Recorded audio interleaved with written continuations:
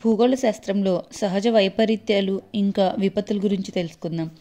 అకస్మాత్తుగా సంభవించే ప్రకృతి లేదా మానవ తప్పిదాల వల్ల సమాజానికి జరిగే ఆస్తి ప్రాణ నష్టాన్ని కలిగించే సంఘటనలను విపత్తు అని చెప్తారు. విపత్తు అనే పదం డిజాస్టర్ అనే ఆంగ్ల పదం నుంచి వచ్చింది. దీన్ని 3 భాషా పదజాల నుంచి తీసుకోవడం జరిగింది. డస్ అంటే చెడు, ఆస్టర్ అంటే నక్షత్రం. ఇవన్నీ కూడా గ్రీకు భాషా పదాలు అనమాట. డస్ ఇంకా ఆస్టర్. డెస్ ఇంకా ఆస్ట్రే అనే ఫ్రెంచ్ భాషా పదాల నుంచి, అలాగే డిస్ మరియు ఆస్ట్రో అనే లాటిన్ భాషా పదాల నుంచి మనకి డిజాస్టర్ అనే పదం అనేది వచ్చింది. గ్రీక్, ఫ్రెంచ్ ఇంకా లాటిన్ లాంగ్వేజెస్ని యూజ్ చేసుకున్నారు. గ్రీకు పదాలైన డస్, ఆస్టర్ల నుంచి డిజాస్టర్ అనే పదం వచ్చింది. గ్రీకులో డస్ అంటే దుష్ట అని, ఆస్టర్ అంటే నక్షత్రం అని, అంటే దుష్ట నక్షత్రం అనమాట. ఫ్రెంచ్ పదం డిజాస్టర్, ఇటలీ పదమైన డిజాస్ట్రోలకు కూడా చెడు లేదా దుష్ట నక్షత్రం అనే అర్థమే ఉంటుంది. విపత్తు అనే అంశాలపై ఆధారపడి ఉంటుంది ఇవి. వాటిలో ముఖ్యమైనవి ఏంటంటే ప్రకృతి వైపరీత్యం, ప్రమాదానికి గురయ్యే ప్రాంతం యొక్క పరిస్థితి, విపత్తు యొక్క సంభావ్యత, సామర్థ్యాలు. నిర్వచనాలు చెప్పాలంటే ఐక్యరాజ్య సమితి సమాజం యొక్క సాధారణ కార్యకలాపాలకు సడన్గా కానీ లేదంటే తీవ్రంగా సంభవించే ఆపదనే విపత్తు అని అన్నారు. అలాగే వరల్డ్ హెల్త్ ఆర్గనైజేషన్, ప్రపంచ ఆరోగ్య సంస్థ ఏదైనా ప్రదేశంలోని సమూహానికి వెలుపల నుండి సహాయం పొందవలసినంత తీవ్రమైన ప్రాణ ఆస్తి నష్టాన్ని, పర్యావరణ నష్టాన్ని, ఆర్థిక విధ్వంసాన్ని, ఆరోగ్య సమస్యలు కలుగజేసే సంఘటననే విపత్తు అంటారు. భారత విపత్తు నిర్వహణ చట్టం 2005 ప్రకారం ఏదైనా ఒక ప్రాంతంలో ప్రకృతి సిద్ధంగా మానవ కల్పితం అయినా సరే, ప్రమాదవశాత్తు అయినా లేదా నిర్లక్ష్యం వల్ల అయినా తనంతట తానుగా కోలుకోలేని విధంగా చాలా ఎక్కువ ప్రాణ నష్టం, మానవ జీవితానికి ఆస్తి విధ్వంసం, ఇటువంటి నష్టాలు, అలాగే పర్యావరణ నష్టం, విధ్వంసం, ఇలా కారణాలయ్యే ఉపద్రవాలు, ప్రమాదం, దుర్ఘటన, ఇవన్నీ కూడా విపత్తు అని చెప్పేసి మనకి భారత విపత్తు నిర్వహణ చట్టం నిర్వచనాన్ని చెప్పారు. అయితే విపత్తు సంభావ్యత అంటే ఒక సమాజం, వ్యవస్థ, నిర్మాణం భౌగోళిక ప్రాంతంలో ప్రమాదానికి లేదా విపత్తుకు గురయ్యే అవకాశం ఉండే పరిస్థితినే విపత్తు సంభావ్యత అంటారు. ఈ లక్షణాలు ఎలా ఉంటాయంటే విపత్తువి సడన్గా సంభవిస్తాయి, ఆకస్మికంగా సంభవిస్తాయి, చాలా వరకు అతి వేగంగా సంభవిస్తాయి, ప్రజల యొక్క జీవనోపాధిని దెబ్బతీస్తాయి, మానవ సమాజాల సామాజిక, సాంస్కృతిక, ఆర్థికపరమైన వనరులను ధ్వంసం చేస్తాయి, పర్యావరణ వనరులను ధ్వంసం చేసి ఒక ప్రాంతం యొక్క సుస్థిరత్వాన్ని దెబ్బతీస్తాయి. మనకి విపత్తులు సంభవించే కారణాలను బట్టి విపత్తులను వివిధ రకాలుగా వర్గీకరించడం జరిగింది. అవి ప్రకృతి సిద్ధమైనవి, మానవ కారకమైనవి, అలాగే సామాజిక సహజ వైపరీత్యాలు. ప్రకృతి సిద్ధమైనవి అంటే ఇవి మానవుల దైనందిన జీవితంలో కార్యకలాపాల కారణంగా సంభవించి వారి సాధారణ జీవితానికి తీవ్ర అంతరాయాన్ని కలుగజేస్తాయి. ఉదాహరణ చెప్పాలంటే వరదలు, తుఫానులు, సునామీ, కరువు లేదా దుర్భిక్షం, పిడుగులు, ఇలాంటివన్నీ. మానవ కారకమైన విపత్తులు చెప్పాలంటే ప్రభావితమైన ప్రజలు ఎదుర్కోలేని విధంగా మానవ, ఆర్థిక, పర్యావరణ నష్టాలన్నీ కూడా దారితీస్తాయన్నమాట. ఈ మానవ ప్రేరేపిత వైపరీత్యం సాధారణ జీవితానికి కలుగజేసే తీవ్ర అంతరాయాన్నే మనం మానవ కారక విపత్తు అని అంటారు. ఎగ్జాంపుల్ చెప్పాలంటే అగ్ని ప్రమాదాలు, రోడ్డు ప్రమాదాలు, బాంబు పేలుళ్ళు, విమాన ప్రమాదాలు, రైల్వే ప్రమాదాలు, తొక్కిసలాటలు, పడవ ప్రమాదాలు, ఉగ్రవాద దాడులు, పరిశ్రమల్లో విషవాయువుల లీకేజీ, ఆయిల్ ట్యాంకర్ల లీకేజీ, అలాగే పర్యావరణ కాలుష్యం మొదలైనవి. సామాజిక సహజ వైపరీత్యాలు మానవ ప్రేరేపిత చర్యల వల్ల, ప్రకృతిలో వచ్చే మార్పుల వల్ల, అంటే రెండిటి వల్ల కూడా జరుగుతాయి. ఎగ్జాంపుల్ చెప్పాలంటే భూకంపాలు, భూపాతం, వరదలు, ఇంకా దుర్భిక్షం. The state of extreme weather 2022 పేరుతో రూపొందిన నివేదిక ఏం చెప్తుందంటే ఈ ఏడాది మొదటి 273 రోజుల్లో భారతదేశంలోని విపరీత వాతావరణ పరిస్థితులను గురించి చెప్పింది. వాతావరణ విపత్తుల కారణంగా 4 లక్షల ఇళ్ళు ఇంకా 1.8 మిలియన్ హెక్టార్ల పంట భూములు దెబ్బతిన్నాయని.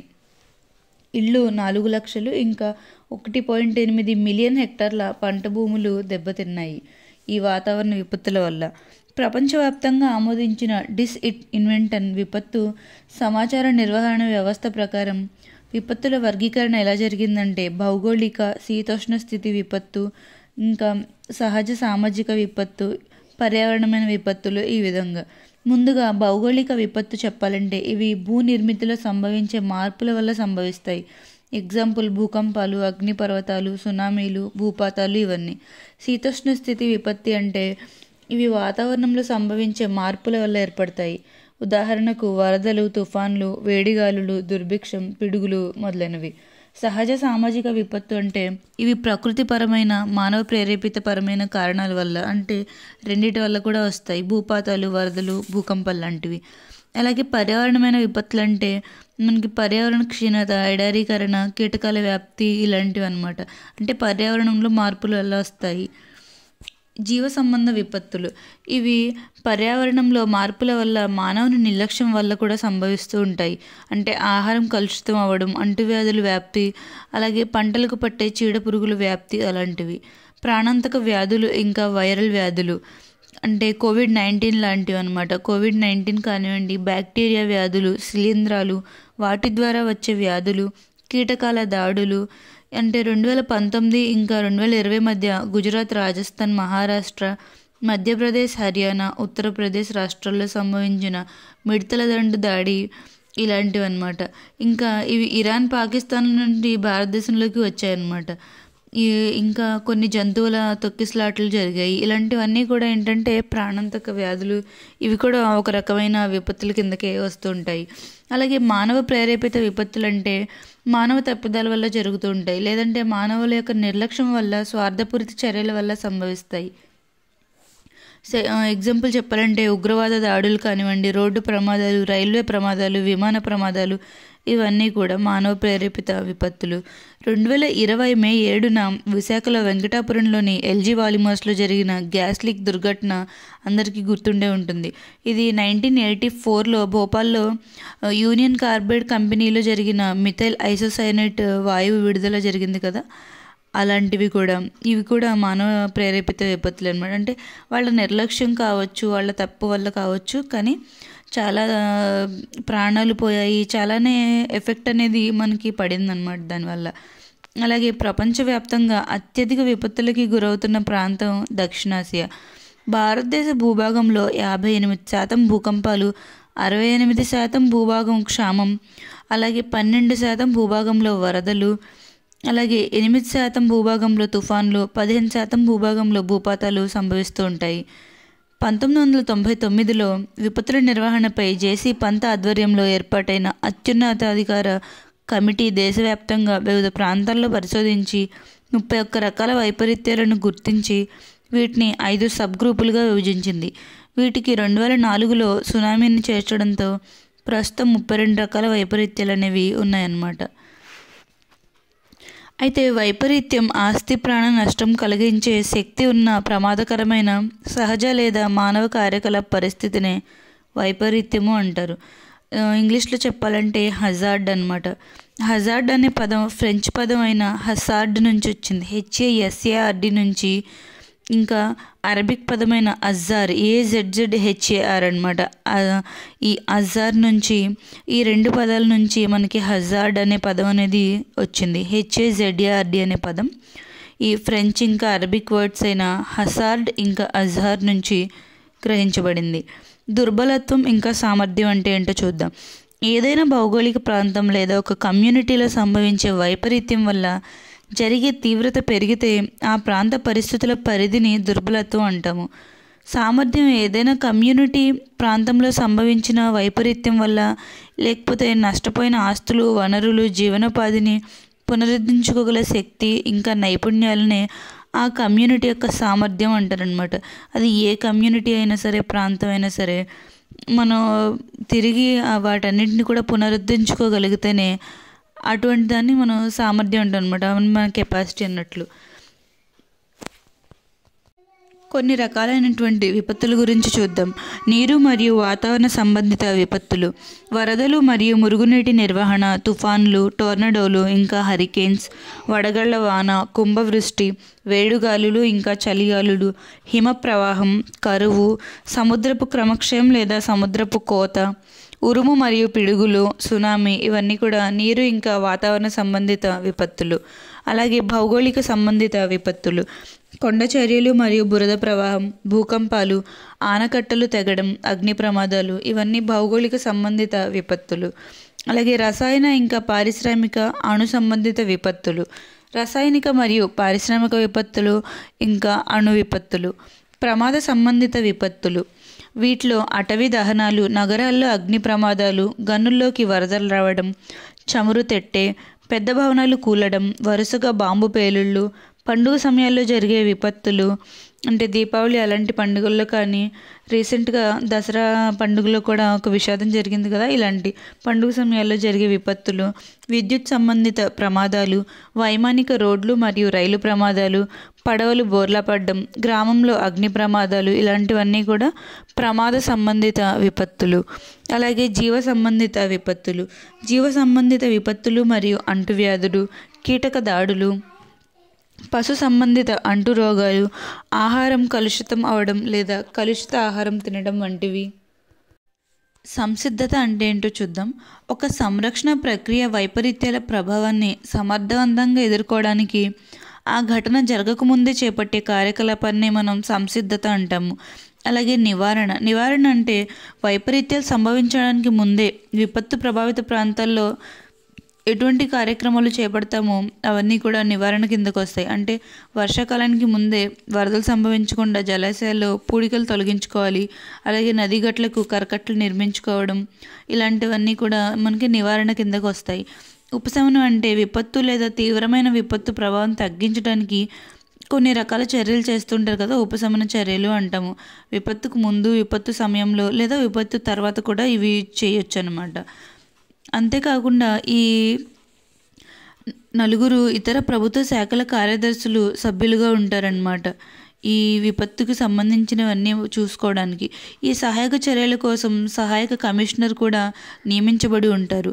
ఈ కమిటీ యొక్క జాతీయ విధానాలకు అనుగుణంగా రాష్ట్ర ప్రణాళిక అమలును సమన్వయపరచడం, పర్యవేక్షించడం వంటి బాధ్యత కూడా సెక్షన్ 22 ప్రకారం ఈ కమిటీకి సంక్రమిస్తుంది.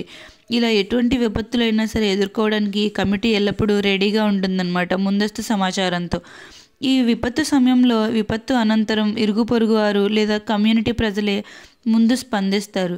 వీరినే ఫస్ట్ రెస్పాండర్స్ అంటామన్నమాట. విపత్తుల నిర్వహణకు ఇంకా విపత్తు నుంచి ఉపశమనం పొందడానికి ఈ కమ్యూనిటీయే గుండెకాయ లాంటిది, అంటే హార్ట్ లాంటిది.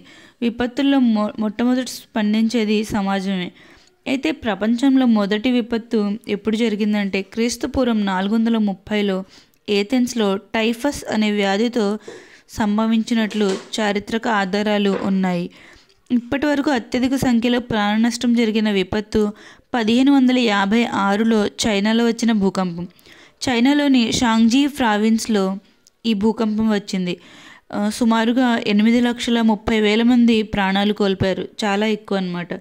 ఇది అత్యధిక సంఖ్యలో ప్రాణ నష్టం జరిగిన విపత్తు చైనాలో జరిగింది. ఎప్పుడు అంటే 1556లో.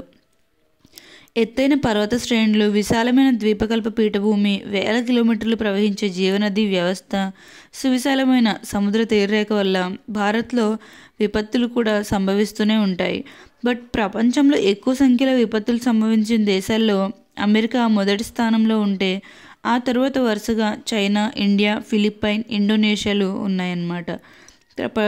మనకి ప్రపంచంలో ఎక్కువ సంఖ్యలో విపత్తులు సంభవించిన దేశాల్లో లైన్గా అమెరికా, చైనా, ఇండియా, ఫిలిప్పైన్స్, ఇండోనేషియాలు ఉన్నాయి. అయితే భారతదేశంలో ఎక్కువసార్లు సంభవించిన విపత్తు ఏదైనా ఉంది అంటే అది వరదలు. దక్షిణాసియాలో వాతావరణ మార్పులు విపత్తు నిర్వహణ పరిశీలకుడు అబ్బాస్ ఝాను ప్రపంచ బ్యాంకు నియమించింది. అబ్బాస్ ఝా ఈయన ఏంటంటే వాతావరణ మార్పులు విపత్తు నిర్వహణ పరిశీలకుడుగా మనకి సౌత్ ఏషియా, దక్షిణ ఏషియాలో ఈయన్ను ప్రపంచ బ్యాంకు నియమించడం జరిగింది. ఒక నిర్దిష్ట కాల వ్యవధిలో, అంటే ఒక పర్టికులర్ ప్రాంతంలో కానీ లేదంటే వైపరీత్యం సంఘటన సంభవించిన కారణంగా ఎటువంటి నష్టం జరుగుతుందో ఊహించలేం కదా.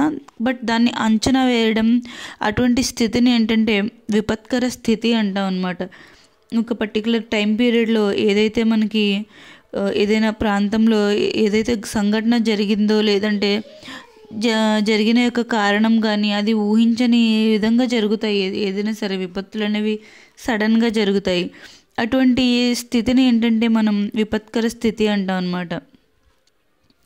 విపత్తుల వల్ల ప్రపంచ ఆర్థిక వ్యవస్థకు సంవత్సరానికి ఎంత నష్టం వాటిల్తుందో తెలుసా? 880 బిలియన్ అమెరికన్ డాలర్ల నష్టం అనేది వాటిల్తుంది ప్రపంచ ఆర్థిక వ్యవస్థకు.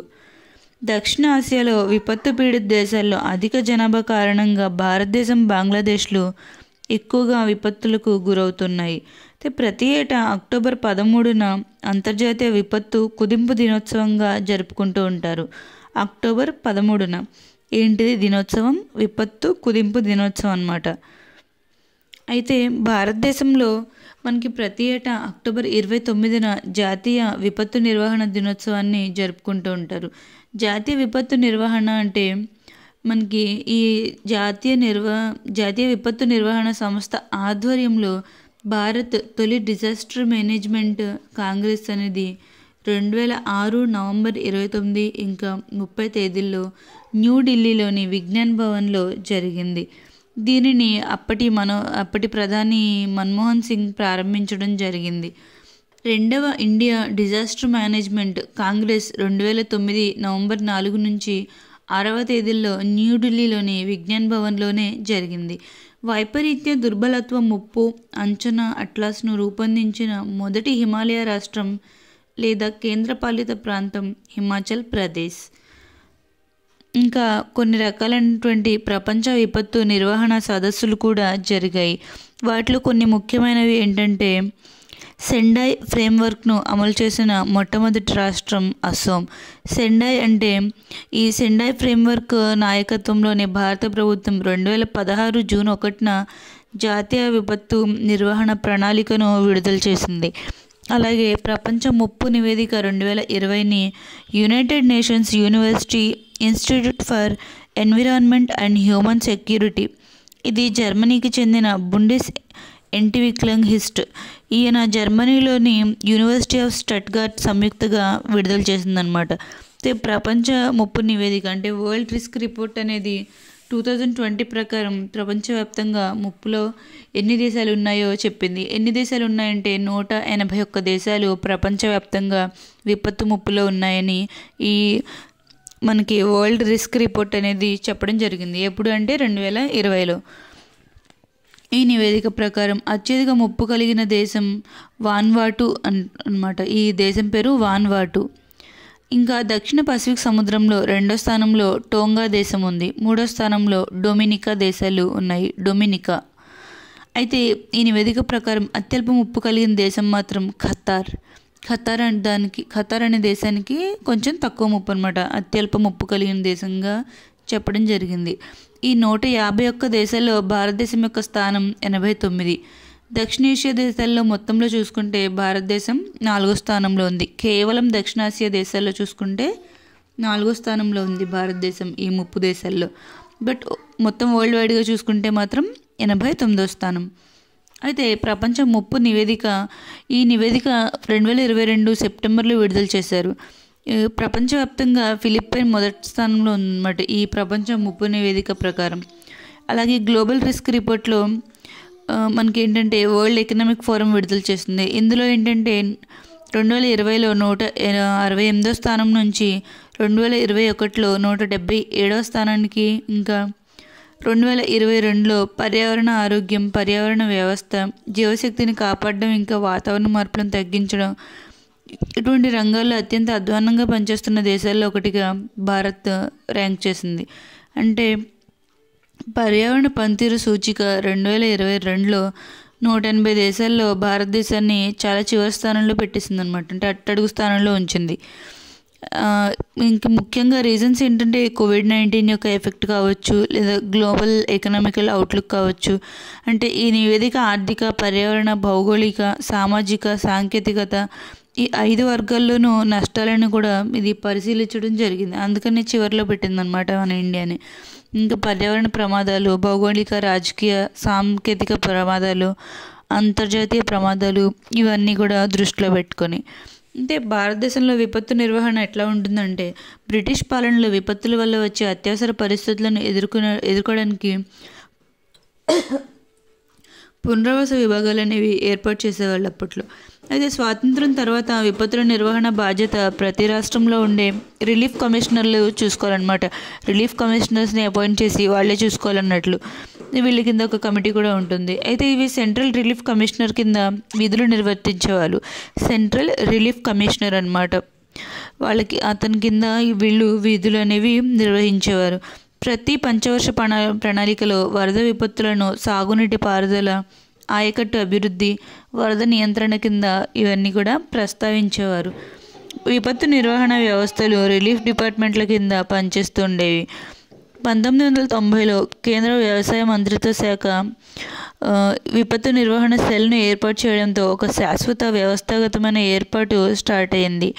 ఎందుకంటే లాతూర్ భూకంపం 1993లో, అలాగే మాప్లా భూపాతం 1994లో, ఒరిస్సా సూపర్ సైక్లోన్ 1999లో, భుజ్ భూకంపం 2001లో, అలా వరుస విపత్తుల నేపథ్యంలో అప్పటి వ్యవసాయ మంత్రిత్వ శాఖ కార్యదర్శి జేసీ పంత్ చైర్పర్సన్గా విపత్తుల నిర్వహణపై సమగ్ర విధానాన్ని రూపొందించాలి అని అత్యున్నతాధికార కమిటీని ఏర్పాటు చేయడం జరిగింది. జాతీయ విపత్తు నిర్వహణ సంస్థ ప్రచురించే ద్వైవార్షిక పత్రిక పేరు డిజాస్టర్ అండ్ డెవలప్మెంట్. భారతదేశంలో 28 రాష్ట్రాలు మరియు 8 కేంద్రపాలిత ప్రాంతాలకు గాను 27 సహజ విపత్తుల ముప్పును కలిగి ఉన్నాయి.